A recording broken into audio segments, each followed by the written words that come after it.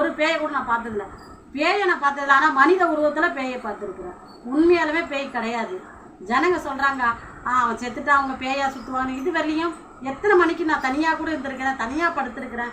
தனியாக 2 போலீஸ் இருப்பாங்க, 1 போலீஸ் இருப்பாங்க.